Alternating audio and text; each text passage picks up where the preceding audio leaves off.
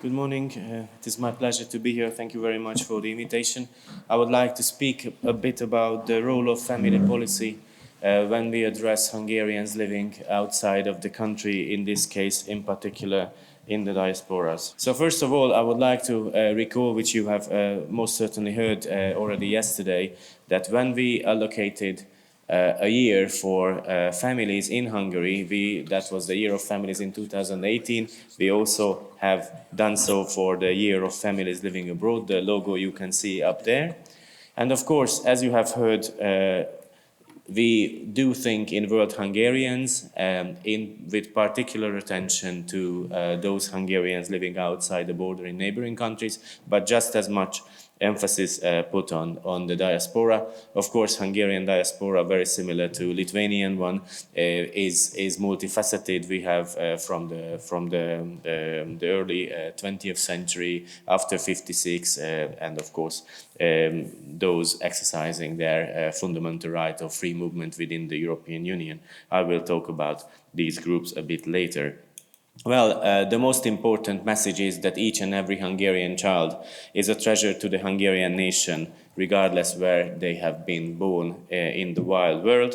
And for that, in that year, 2018, we have started the so-called Umbilical Code program. It is, I believe, a very nice phrase, nice word for that, trying to maintain a relation to all babies in the wild world. Well, what is the Umbilical Code program? It means that the Hungarian family policy is reaching out over the current borders of the country. We have two family support measures, actually three, but the two main is the maternity support. The maternity support is a one-off measure, roughly a 200 euro subsidy, which is paid out to paid out after every birth. After every Hungarian birth. You can apply for that also if you live abroad. You do have to be or should start the process of becoming a Hungarian citizen, or in the particular case of some countries where the dual citizenship is not acknowledged, the so-called Magyar igazolvány, a particular form of Hungarian identity card issued to Hungarians living abroad, is sufficient as well. This is a fully electronic administration. Of course, you can do so, request that in the consulates as well, but you can do that fully electronically. So this is one step. This is a one-off measure, as I have said, and the other message is that you can also opt for the so-called baby bond. The baby bond allows parents to save money for their children with state support.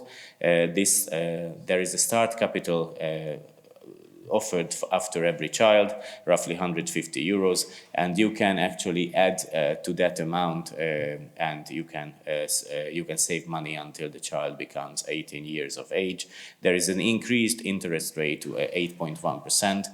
This was just increased the summer, and the children can make use of this saving when they turn 18 years of age. So this is again something where first of all it is a good message, because by that families and Hungarian families finance the national debt, and on the other way, this is again something where we encourage Hungarians to look prepared into the future of their children when they start their independent life. When they go to university, this money can certainly be of a great assistance to them.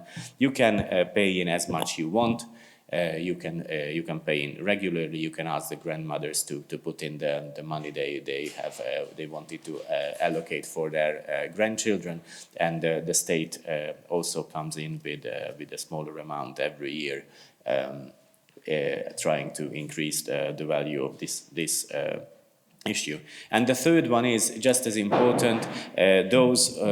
For those children who live in the Carpathian Basin, so this not that much diaspora, they also receive that little box of so to say baby goods, which every Hungarian child receives within the border. Again, the message is that child born outside of the border is just as valuable for the nation and for the Hungarian state as the ones born sometimes just a couple of kilometers away, but still within the current boundaries of the country. And then some statistics.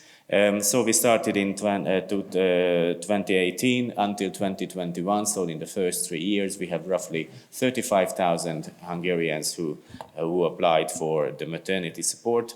Out of that, 2/3 from the Carpathian Basin, that's the blue one down there, and within, of course, following the actual amount of Hungarians or number of Hungarians, 2/3 of those from within the Carpathian Basin come from Transylvania, Romania.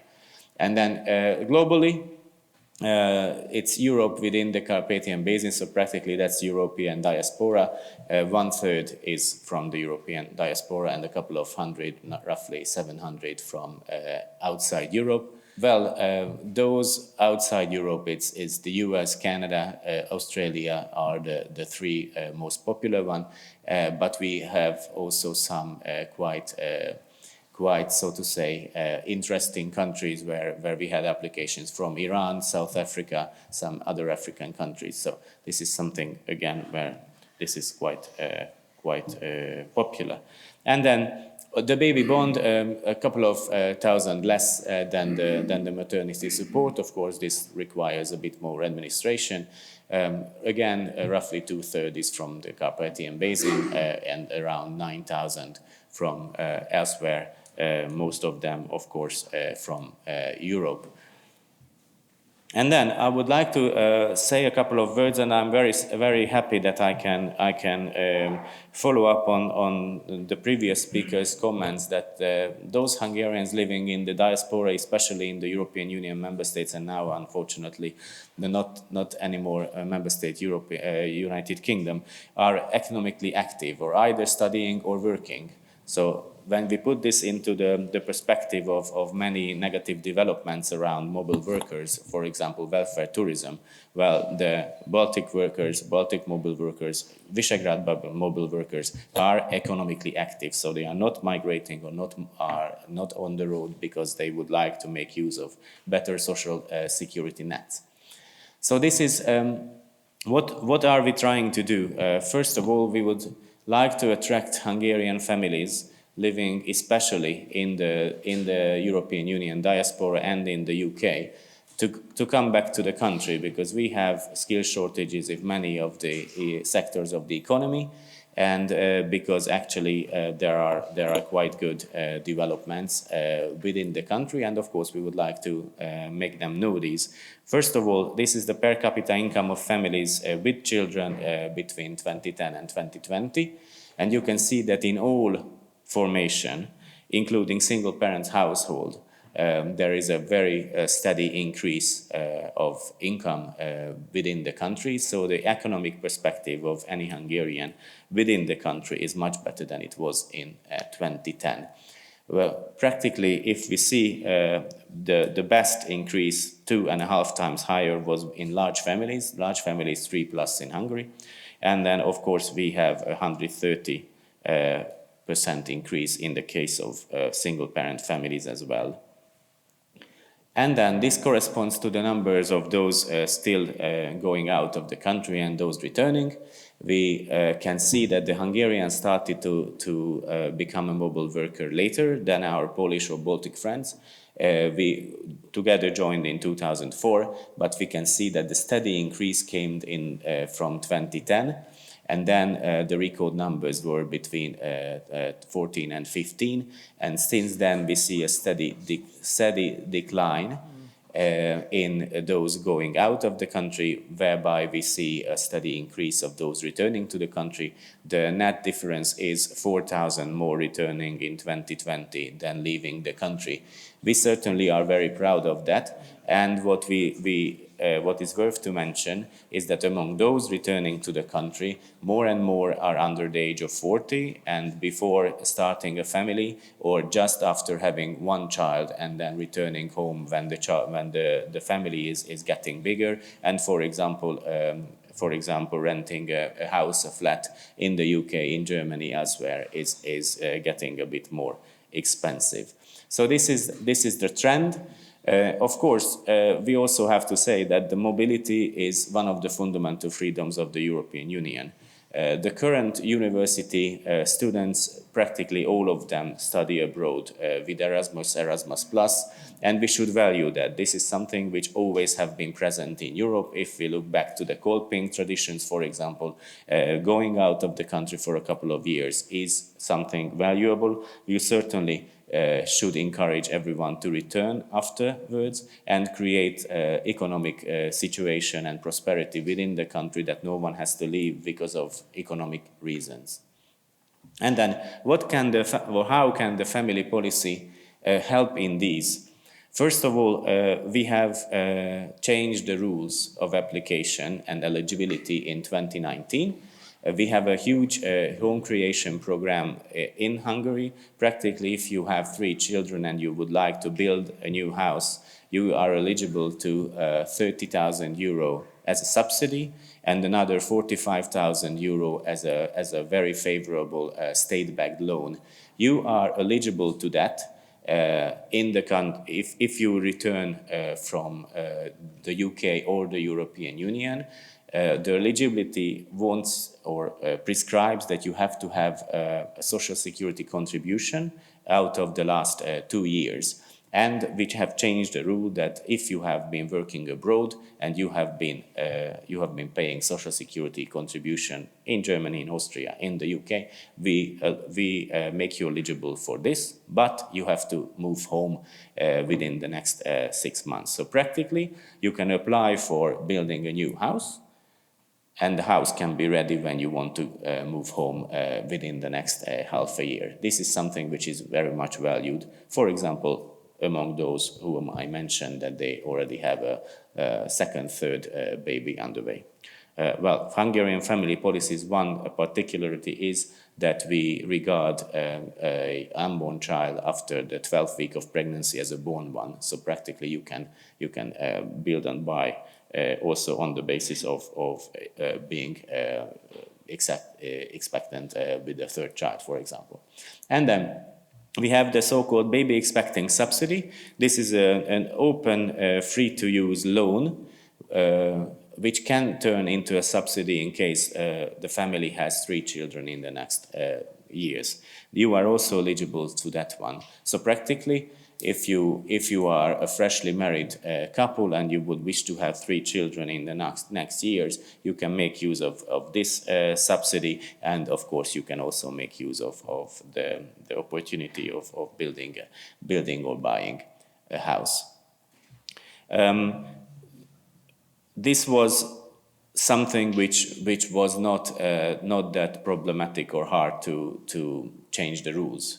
This just came with the reality, and it looks like that this is something which is very much value for the Hungarian. It does not cost extra money. With the European Union rules, you can actually very easily check whether someone is stating the obvious or stating the truth that they have been employed elsewhere in the world. And then in parallel, I have already touched upon a bit on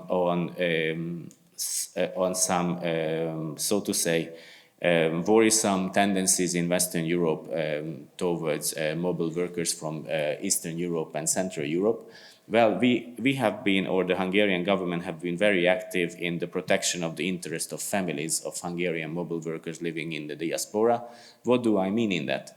First is, for example, that when we had the Brexit negotiations, together with our Baltic friends and Visegrad friends, we made sure that the indexation of family benefits, for example, will not be reintroduced into the Brexit deal. This is something which Austria did introduce towards all our citizens, meaning that if you are working in a diaspora, working as a Central European, as an Eastern European in Austria, but your child is living home, the amount of the child benefit paid out to him or her or after him or her will be limited according to the living standard of the country where the child is actually residing, which again is a discrimination between child and child within the European Union, and currently the European Court of Justice is looking into the Austrian practices. Hungary, from the very first moment, had made it clear that this is something which breaches the rules. And if I may finish my short intervention with a couple of sentences which you have heard from much more knowledgeable yesterday and today as well, but I would like to add my personal experience, if I may. First of all, I would like to draw attention to the International Hungarian Scouting Association, which is very, very important in diaspora in keeping the Hungarian rules and the Hungarian language alive, especially in the global context, I believe, in North America, in South Africa, and so on, in Australia, maybe. And then I would like to draw the other on top is just a very, very quick copy of the Salzburg Hungarian Association's weekly schedule. They are an NGO representing Hungarians living and working in and around Salzburg. They are supported by the State Secretariat. And they have programs for the 6 to 8 years, 8 to 11 years, 11 plus, and also they have a library. This is all in Hungarian. Just we all know that those living in the far end of Austria and of course in most parts of Germany, for example, or in the UK or France, the children cannot be educated in Hungarian. More and more spheres of their life will be on the language of the country, of the host country. So it is very important that we maintain as much as only possible the language also outside of the family.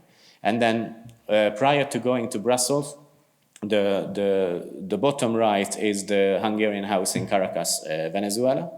I do have relatives there who moved the country after the Second World War, and they are very active in that very room, and they also are beautifully speaking Hungarian in the second generation which was already born in Venezuela. So again, NGO. Very important that we do have Hungarian houses and Hungarian NGOs getting together the families, teaching the folk songs, having the weekend schools, and so on. And then I would like to follow and finish with the Hungarian house in Brussels. Brussels is a particular place in that sense because it hosts a relatively large 56 Hungarian community. And of course, being the center of the European Union, it has a very large Hungarian expat community, which was growing bigger and bigger since 2004.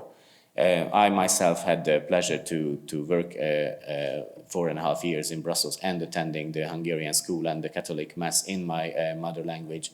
And of course, going to all those programs with the children and going to fellow Hungarian families, experiencing that you are not alone in the big world. I believe this is something which is truly important. This is again an NGO-based activity, but is supported by the Hungarian government, luckily, because it has the necessary funds to uphold the infrastructure, for example. So I believe that family policy in that sense can change the rules so that it makes those living in the diaspora, especially in the European Union context, to the way that actually these families have it easier to return home. Because it's not easy to change schools, it's not easy to change jobs, it's not easy to buy property in our countries now either. So wherever we can make the rule of making them easier is certainly something where we could and should intervene. We did, and it shows the results. On the other hand, we should focus on the NGOs, support them by state funds. And we should also be proud that, for example, in the Salzburg community, there are families, a couple of families, who are willing to organize these programs for all other families, and these are very well attended. And of course, scouting is something I believe in all our countries. The revived scouting after the fall of the communist regime is something we can certainly count on, and we should. And in that sense, I believe that stating that every child is very important for the nation is something which is very valuable for those raising children, raising Hungarian children, raising Lithuanian children abroad, which is much more complicated than doing that back home, is very much valued by them. Thank you very much indeed.